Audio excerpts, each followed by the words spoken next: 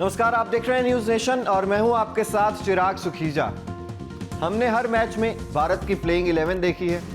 Playing 11 बदलती हुई भी देखी है। ओडीआई के हिसाब से अलग प्लेइंग 11 होती है, टी20 के हिसाब से अलग प्लेइंग 11 होती है, टेस्ट मैच के हिसाब से अलग प्लेइंग 11 होती है। लेकिन अब टीम इंडिया के पास एक और प्लेइंग 11 है। ये प्लेइंग 11 है इंजर्ड प्लेइंग 11। वैसे तो इसमें नाम और भी ज़्यादा जुड़ सकते हैं। अगर आप 15 सदस्यीय स्क्वाड भी बनाना चाहें तो भी आप बना सकते हैं। 12 सदस्यीय स्क्वाड तो आप बना ही चुके हैं। इंजर्ड प्लेइंग 11 के आज इस वीडियो में हम लोग बात करेंगे और आपको बताएंगे कि वो कौन कौन से खिलाड़ी हैं जो इस इंजर्ड प्लेइंग 11 में, या कप्तान कौन बन सकता है। दरअसल आईपीएल ये सभी खिलाड़ी खेलते हुए नजर आते हैं, लेकिन आईपीएल से पहले भी कुछ खिलाड़ी गायब हो जाते हैं, आईपीएल के बाद भी कुछ खिलाड़ी गायब हो जाते हैं, बायलैटरल सीरीज में खिलाड़ी गायब हो जाते हैं। उसके अलावा आईसीसी टूर्नामेंट्स में भी ये सारे बड़े खिलाड़ी गायब हो जाते हैं। कुछ इंडिया के लिए भी खेल चुके हैं, कुछ इंडिया के स्क्वाड में शामिल हो चुके हैं। आईपीएल ये सभी लोग खिलाड़ी खेलते हैं, पूरे फिट तरीके से खेलते हैं, पूरे मुकाबले भी खेलते हैं। शुरुआत करते हैं इस वीडियो की। इस इंजर्ड 11 के कप्तान जसप्रीत बुमराह को बनाया जा सकता है। जसप्रीत बुमराह 6 महीने से लगातार इंजर्ड चल रहे हैं। ना उन्होंने एशिया कप खेला, ना उन्होंने टी20 वर्ल्ड कप खेला। टी20 वर्ल्ड कप से पहले ऑस्ट्रेलिया के खिलाफ सीरीज में आए थे, लेकिन मात्र 6 ही ओवर करवाकर फिर से इंजर्ड हो गए थे, जिसके बाद अभी तक जसप्रीत बुमराह का कोई अता पता नहीं है। हालांकि खबर आ रही है कि एनसीए में उन्होंने ट्रेनिंग शुरू कर दी है और 1 मार्च से होने वाले भारत ऑस्ट्रेलिया तीसरे टेस्ट मुकाबले से जसप्रीत बुमराह वापसी कर सकते हैं। लेकिन अभी इंजर्ड 11 में ही उनको शामिल कर दीजिए। माना जा रहा है कि एशिया कप, टी20 वर्ल्ड कप और कुछ बायलैटरल सीरीज भी हम हारे हैं जसप्रीत बुमराह के ना होने की वजह से, क्योंकि जसप्रीत बुमराह की कमी खलती है। इसीलिए आप उन्हें इंजर्ड प्लेइंग 11 का कप्तान भी कह सकते हैं। इस टीम के उप कप्तान आप बना सकते हैं भारत के स्टार ऑलराउंडर रविंद्र जडेजा को। एशिया कप का शुरुआत कर ली थी रविंद्र जडेजा ने, अच्छा परफॉर्म भी कर रहे थे, लेकिन एशिया कप के दौरान ही रविंद्र जडेजा चोटिल हो गए थे। उनके घुटने में चोट लगी थी, नी की सर्जरी हुई थी। उसके बाद कुछ सीरीज में उनका नाम आया। बांग्लादेश के खिलाफ दिसंबर में जो सीरीज खेली गई थी उसमें रविंद्र जडेजा का नाम पहले आ गया था, लेकिन वो नाम वापस ले लिया गया। उसके बाद ना श्रीलंका के खिलाफ उनका नाम आया और ना ही न्यूजीलैंड के खिलाफ उनका नाम आया। अब सीधा ऑस्ट्रेलिया के खिलाफ पहले टेस्ट मैच में शायद हमें रविंद्र जडेजा खेलते हुए नजर आ सकते हैं। अब रविंद्र जडेजा को भी ऑलमोस्ट 6 महीने का वक्त हो ही चला है जब से उन्होंने भारतीय टीम के लिए कोई क्रिकेट नहीं खेला। ऐसे में आप रविंद्र जडेजा को इस टीम का उप कप्तान बना सकते हैं। बात चल रही है इंजर्ड 11 की। इस इंजर्ड 11 में तीसरे नंबर पर आते हैं ऋतुराज गायकवाड़। भारत के लिए खेलने का मौका मिल भी चुका है, अच्छा प्रदर्शन कर भी लिया था, लेकिन प्रदर्शन में थोड़ा बहुत ऊपर नीचे का परफॉर्म था, इसलिए टीम में आते जा रहे थे, टीम से जाते जा रहे थे। लेकिन अब अच्छा चांस था, न्यूजीलैंड के खिलाफ मौका मिल सकता था, इससे पहले श्रीलंका के खिलाफ भी मौका मिल सकता था, लेकिन रिस्ट इंजरी के कारण ऋतुराज गायकवाड़ बाहर हो गए, जिसकी वजह से शायद आपको कहीं ना कहीं कॉम्प्रोमाइज करना पड़ा और प्लेइंग 11 से भी शायद बदलाव करना पड़ा। हम सब सोच रहे थे कि शायद ऋतुराज गायकवाड़ प्लेइंग 11 में शामिल हो सकते हैं, लेकिन चेन्नई सुपर किंग्स का ये खिलाड़ी आईपीएल में हर मैच खेलता है, लेकिन जब टीम इंडिया में शामिल होता है उसके बाद इंजरीज का दौर शुरू हो जाता है। चौथे नंबर पर बात करते हैं श्रेयस अय्यर की। इंजर्ड 11 में इनका नाम भी जोड़ दीजिए। 2022 में भारत के लिए सबसे ज्यादा रन बनाने वाले श्रेयस अय्यर इंजर्ड 11 में शामिल हो चुके हैं। दरअसल श्रेयस अय्यर को बैक इंजरी हुई है, जिसकी वजह से उन्होंने न्यूजीलैंड सीरीज मिस की और अब ऑस्ट्रेलिया के खिलाफ पहला टेस्ट मैच भी श्रेयस अय्यर मिस कर देंगे, जिसके बाद ये कयास लगाए जा रहे हैं कि शायद शुभमन गिल को डाउन दी ऑर्डर भेजा जा सकता है या फिर सूर्य कुमार यादव को भी इस सीरीज में चांस मिल सकता है।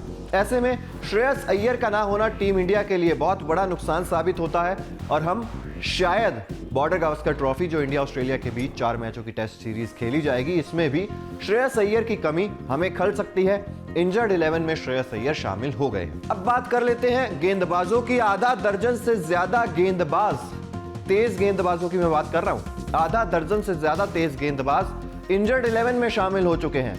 जो खिलाड़ी ऐसा लग रहा था कि भविष्य के जसप्रीत बुमराह और भुवनेश्वर कुमार हो सकते हैं, जो लग रहा था कि वर्ल्ड कप जिता सकते हैं, वो काफी लंबे समय से इंजर्ड 11 में शामिल होकर आराम कर रहे हैं। इसमें सबसे पहला नाम आता है प्रसिद्ध कृष्णा। ओडीआई विश्व कप का सितारा माने जा रहे थे, लेकिन तकरीबन 1 साल से ज्यादा का वक्त अब हो चुका है जब से प्रसिद्ध कृष्णा इंटरनेशनल क्रिकेट नहीं खेले हैं। आईपीएल 2022 से पहले भारत के लिए मुकाबला खेले थे, उसके बाद आईपीएल 2022 के बाद से अभी तक भारत के लिए कोई मुकाबला नहीं खेला। इंजरी के बारे में कोई अपडेट भी नहीं है।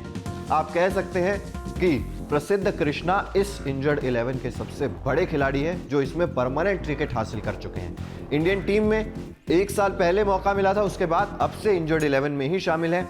इनका नाम आप सबसे ऊपर रख सकते हैं। इसके बाद बात करेंगे वेंकटेश अय्यर की। सैयद मुश्ताक अली ट्रॉफी में इनको भी चोट लग गई थी। हार्दिक पांड्या का रिप्लेसमेंट माने जा रहे थे वेंकटेश अय्यर। एक समय पर टी20 में आप इनसे ओपनिंग करवा लीजिए, आप इनसे गेंदबाजी की शुरुआत करवा लीजिए, आप इनसे बल्लेबाजी में 6 नंबर पर 7 नंबर पर फिनिशर का रोल दे दीजिए। वेंकटेश अय्यर जितनी जल्दी भारतीय टीम में घुसे थे, उतनी ही जल्दी शायद वेंकटेश अय्यर इंजर्ड होकर टीम से अब दूर होते जा रहे हैं। सैयद मुश्ताक अली ट्रॉफी में इन्हें चोट लगी थी, तस्वीरें वायरल हुई थी, और उसके बाद हार्दिक पांड्या तो लगातार खेल रहे हैं, लेकिन हार्दिक पांड्या का रिप्लेसमेंट जिन्हें कहा जा रहा था वेंकटेश अय्यर, वो इंजर्ड 11 में शामिल हो गए हैं। अब बात टी नटराजन की। टी नटराजन को भी आप इंजर्ड 11 में शामिल कर दीजिए। अब आप देख रहे हैं कि खिलाड़ियों की लिस्ट कितनी ज्यादा लंबी है जो कि भारत के लिए इंजर्ड ही हैं। अब आप कहां से प्लेइंग 11 बनाएंगे, कहां से 15 सदस्य स्क्वाड बनाएंगे जब आपके पास 1 दर्जन से ज्यादा खिलाड़ी इंजर्ड ही हैं। तो ऐसे में सिलेक्शन कमेटी के लिए भी बड़ा मुश्किल हो जाता है और बाकी खिलाड़ियों के लिए भी बहुत मुश्किल हो जाता है इस तरह की प्लेइंग 11 बनाना। बात टी नटराजन की। ऑस्ट्रेलिया के खिलाफ टेस्ट कैप मिल चुकी है, उसके बाद इंजर्ड हो गए हैं और अभी तक टी नटराजन की इंजरी के बारे में कोई अपडेट नहीं है। अब टी नटराजन कब वापसी करेंगे? टी नटराजन जैसा गेंदबाज भारतीय टीम को चाहिए ही चाहिए। इस चीज का जिक्र सिर्फ हम नहीं कर रहे, पूर्व क्रिकेटर और बाकी तमाम फैंस भी कर रहे हैं। बात खलील अहमद की। खलील अहमद बॉलिंग सेंसेशन माने जा रहे थे। कहा जा रहा था कि खलील अहमद भारतीय क्रिकेट में तूफान ला सकते हैं, कोहराम मचा सकते हैं, तेज गेंदबाज हैं, लेकिन आईपीएल 2022 के बाद से खलील अहमद भी नहीं दिखे और शायद खलील अहमद अब हमें सीधा आईपीएल 2023 में ही दिखाई देंगे। इंजरी है उन्हें, इंजरी पर फिर कोई अपडेट नहीं है। कब ठीक होंगे, कब वापसी करेंगे पता नहीं, लेकिन हमें शायद आईपीएल 2023 में खलील अहमद खेलते हुए नजर आएंगे। इसके बाद बात मोहसिन खान की। मोहसिन खान भी माने जा रहे थे कि भारत के लिए एक तुरुप का इक्का साबित हो सकते हैं। उन्हें वर्ल्ड कप तक ले जाने की चर्चाएं की जा रही थी फैंस द्वारा, लेकिन मोहसिन खान भी इंजर्ड हो गए। अब इंजरीज इतनी ज्यादा है भारतीय खेमे में, आप सोच सकते हैं कि इससे एक अलग इंजर्ड 11 बनाई जा सकती है जो कि आईपीएल में हमें खेलती हुई नजर आएगी। तो क्या इंजर्ड 11 को आईपीएल में ही खेलना जरूरी है? क्या इंजरी से उभर कर इंटरनेशनल क्रिकेट नहीं खेलना चाहिए? तमाम फैंस सोशल मीडिया पर इस तरह के सवाल उठाते रहते हैं कि आखिर मोहसिन खान कहां है। प्रैक्टिस तक उन्होंने नहीं की आईपीएल 2022 के बाद से, नेट्स पर भी दिखाई नहीं दिए। ना जाने कौन सी इंजरी है जो इतना परेशान कर रही है और क्या वो इंजरी आईपीएल 2023 में ठीक हो पाएगी, ये बड़ा सवाल है। इसके बाद नंबर यश दयाल का। यश दयाल लेफ्ट आर्म है गेंदबाज, और लेफ्ट आर्म पेसर्स की कमी कितनी खलती है इंडियन टीम में ये लोग, हम सब लोग जानते हैं। गुजरात टाइटंस के लिए आईपीएल खेलते थे, इंडिया का कॉल अप भी मिला था, इंडिया स्क्वाड में शामिल भी हो गए थे, लेकिन इंजरी और उसके बाद स्क्वाड से बाहर हो गए। उनकी रिप्लेसमेंट का अनाउंसमेंट किया गया। लेकिन यश दयाल जिस तरह के खिलाड़ी माने जा रहे थे, गुजरात टाइटंस को पहले ही सीजन में खिताब जितवा दिया था यश दयाल ने और काफी ज्यादा इंपॉर्टेंट साबित हुए थे गुजरात टाइटंस के लिए भी, लेकिन जब टीम इंडिया की बारी आई हो गई इंजरी और हो गए टीम से बाहर। अब बात कुलदीप सेन की। कुलदीप सेन टीम इंडिया के लिए 1 मैच खेल भी चुके हैं, यानी कि कैप उनके पास है, अभी तक अनकैप्ड नहीं है। इंडिया के लिए 1 मैच खेल भी चुके हैं कुलदीप सेन, लेकिन 1 मैच खेलने के बाद ही इंजरी हो गई। अब ये समस्या आईपीएल में क्यों नहीं होती है, ये बड़ा सवाल है। देखिए आईपीएल में ये समस्याएं क्यों नहीं होती हैं, आईपीएल में क्यों खिलाड़ी इंजर्ड नहीं होता है, और इंडिया के लिए 1 मैच खेलते कुलदीप सेन का इंजर्ड हो जाना इंडिया के लिए भी बहुत बड़ा झटका था। बात दीपक चाहर की। दीपक चाहर इंजरीज है या इंजरीज दीपक चाहर है, इस चीज का समझ नहीं आता है फैंस को, क्योंकि दीपक चाहर 1 मुकाबला खेलते इंजर्ड हो जाते हैं। अभी रणजी ट्रॉफी में राजस्थान के लिए खेल रहे थे, 12 ओवर भी करवा दिए थे, लेकिन उसके बाद इंजरी कंसर्न्स था, 12 ओवर से ज्यादा उन्होंने नहीं डाले और अब उनका नाम किसी भी स्क्वाड में शामिल नहीं हो रहा है भारत के लिए। लेकिन आईपीएल में आपको दीपक चाहर खेलते हुए जरूर नजर आएंगे। अंत में बात ऋषभ पंत की। ऋषभ पंत भी एक्सीडेंट हो गया था, वो दुखद था, वो इंजरी एक अलग तरह की इंजरी है, लेकिन फिर भी ऋषभ पंत भारत के लिए जितना इंपॉर्टेंट साबित हो सकते हैं, ऋषभ पंत की सेवाएं अब भारतीय क्रिकेट टीम को लगभग 6-8 महीने तक तो नहीं ही मिलने वाली हैं, जिसकी वजह से आप उन्हें इंजर्ड 11 में शामिल कर सकते हैं। अब ये 11 से ज़्यादा बड़ी लिस्ट हो गई है, हम मान रहे हैं, लेकिन ये इंजरी कंसर्न भारत के लिए कितना ज़्यादा नुकसानदायक साबित होता है ये हम सब लोग जानते हैं। ओडीआई विश्व कप हमारे सामने है, दहलीज पर है, एशिया कप हमारी दहलीज पर है, वर्ल्ड टेस्ट चैंपियनशिप हमारी दहलीज पर है और सबसे पहले बॉर्डर गावस्कर ट्रॉफी हमारे सामने है 9 फरवरी से, जिसकी शुरुआत हो रही है। ऐसे में इंजरी कंसर्न भारत के लिए कितना मुश्किल साबित हो सकता है, ये बात आप कमेंट बॉक्स में ज़रूर बताइए। इसके अलावा अगर अभी तक आपने न्यूज़ नेशन को सब्सक्राइब नहीं किया है तो जल्द से जल्द सब्सक्राइब कर दीजिए, साथ ही बेल आइकन जरूर प्रेस कर दीजिए ताकि देश और दुनिया से जुड़ी हर खबर सबसे पहले आप तक पहुंचे। देखते रहिए न्यूज़ नेशन।